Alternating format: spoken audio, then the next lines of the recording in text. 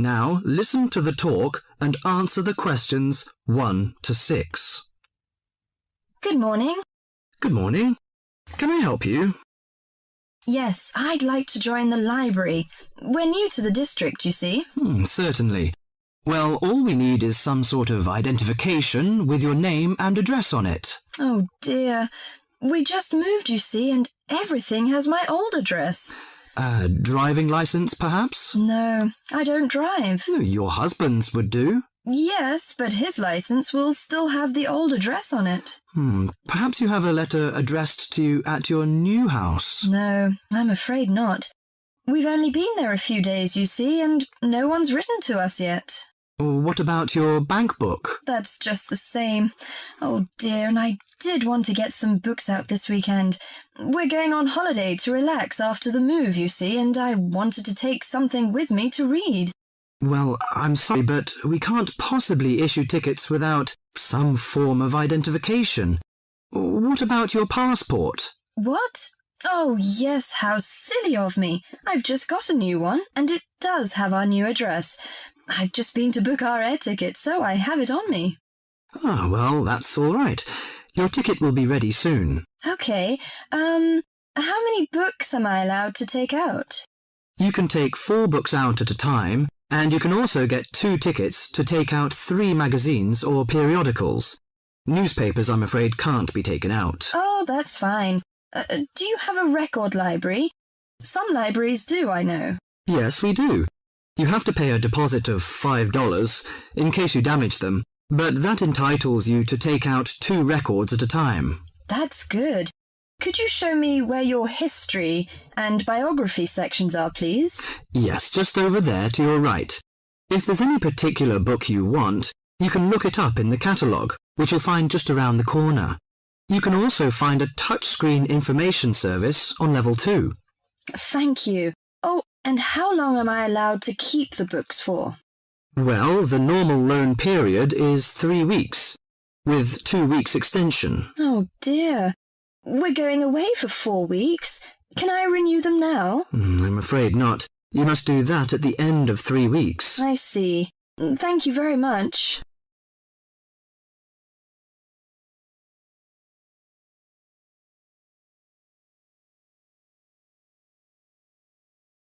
Before the talk continues, you have some time to look at questions 7 to 10.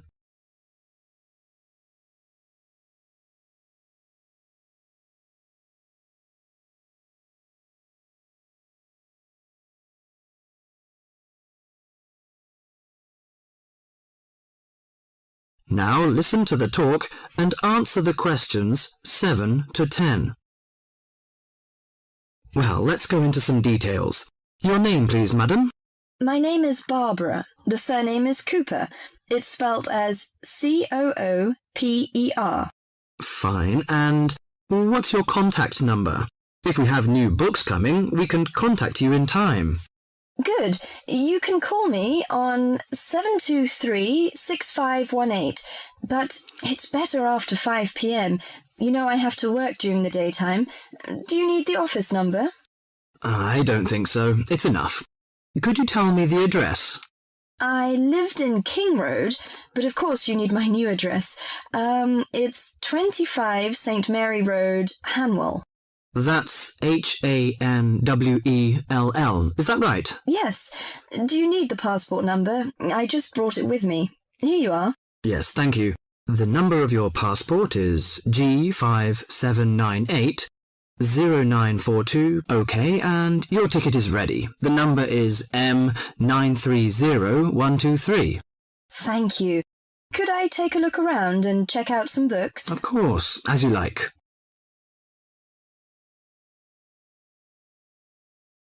That is the end of part 1. You now have half a minute to check your answers.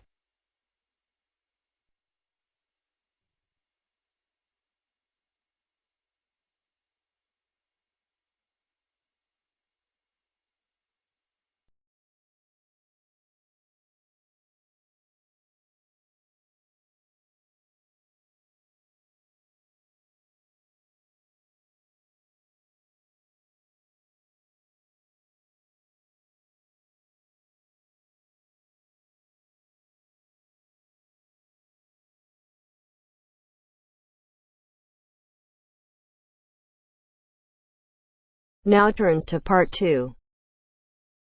Part 2. First, you have some time to look at questions 11 to 15.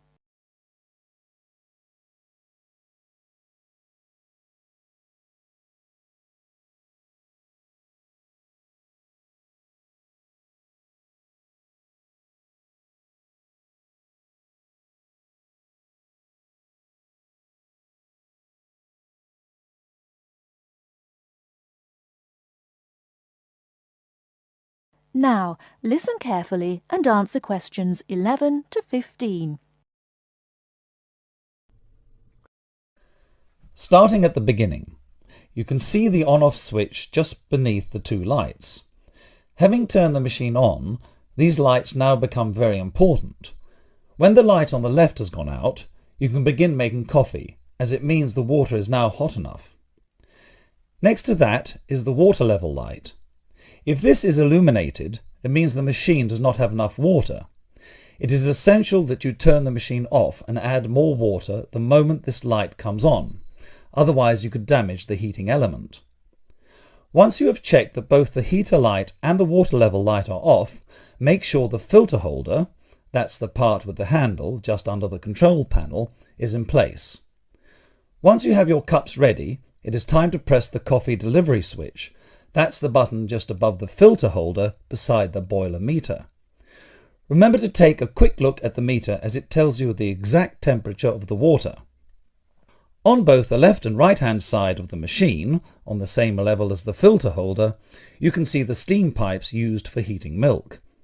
These steam taps need to be cleaned regularly to avoid blocking. And finally, if you do spill any coffee, don't worry. Just make sure that the drainage pipe at the bottom of the machine is leading into a sink or a suitable waste container. As with the steam taps, the drainage pipe needs regular cleaning.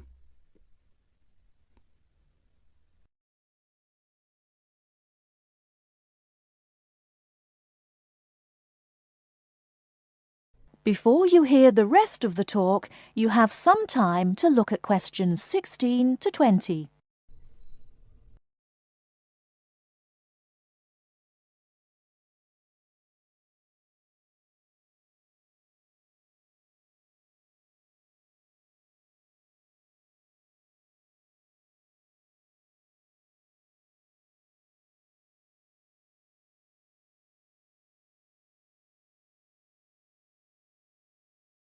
Now listen and answer questions 16 to 20. First and most importantly, I'll tell you where you should go from tomorrow for your lectures and classes. The Health Sciences building is on the west side of the campus, opposite the library, beside the History department. As you are probably aware, there are 6 modules to the course, which will take a year to complete. That's 2 modules each term. In the first module of this term, you will be looking at current laws with regard to health and safety in the workplace.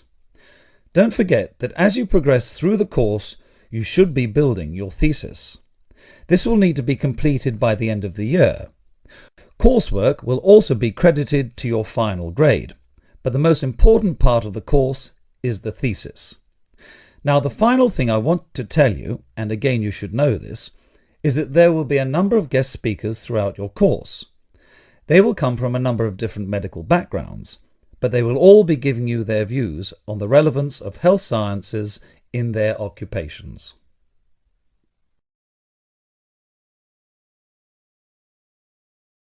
That is the end of part 2. You now have half a minute to check your answers.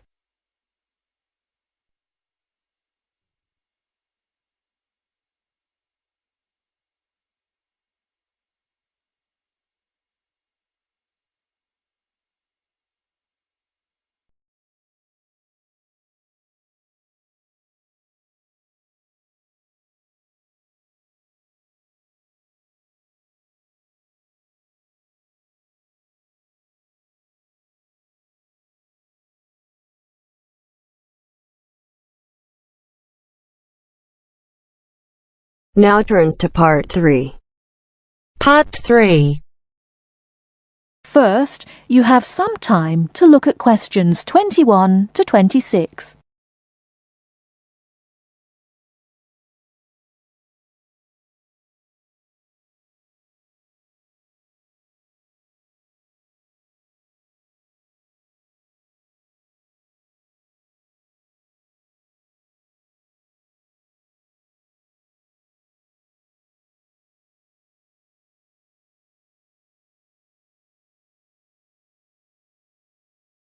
Now listen carefully and answer questions 21 to 26.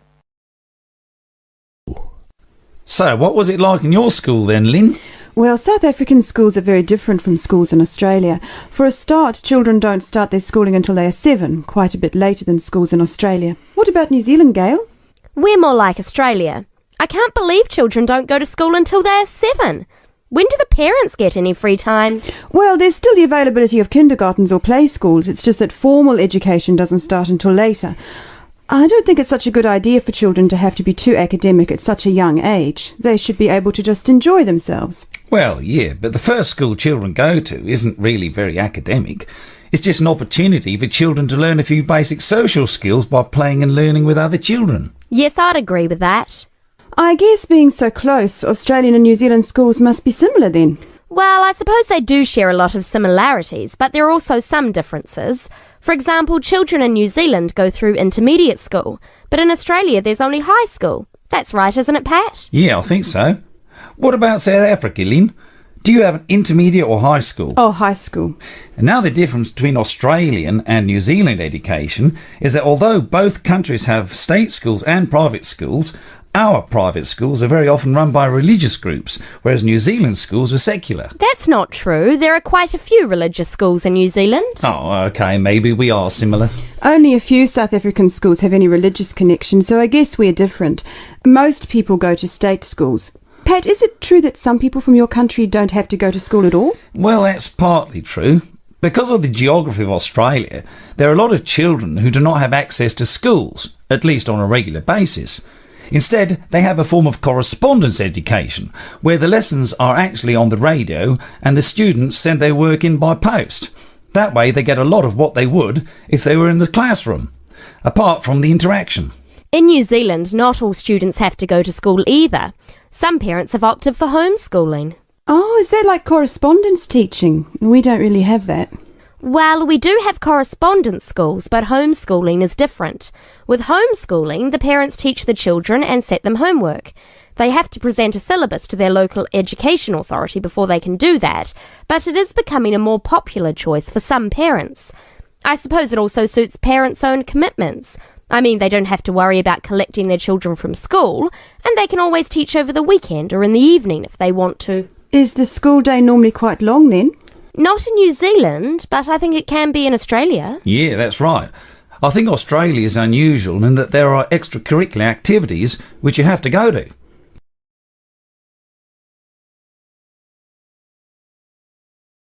Before you hear the rest of the talk, you have some time to look at questions 27 to 30.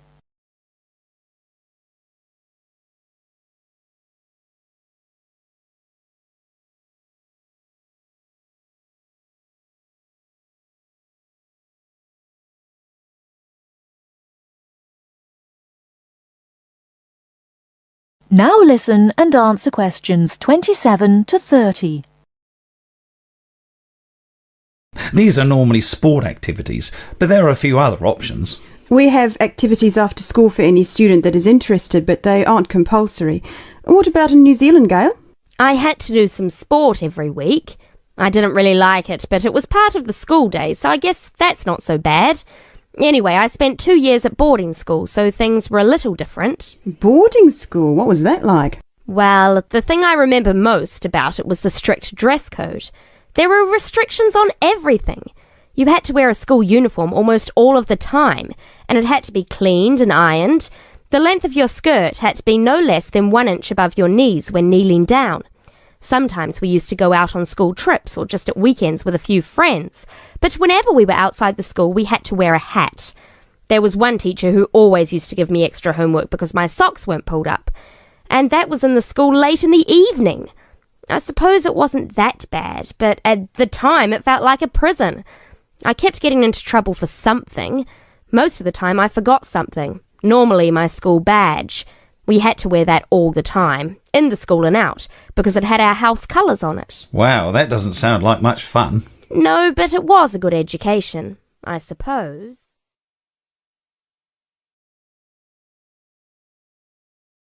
That is the end of part 3. You now have half a minute to check your answers.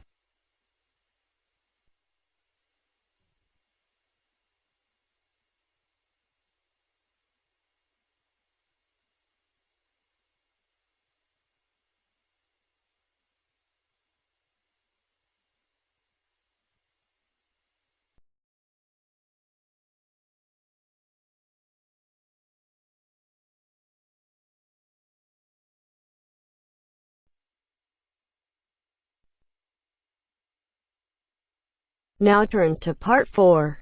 Part 4. You will hear a talk on seasonal affective disorder. First, you have some time to look at questions 31 to 40.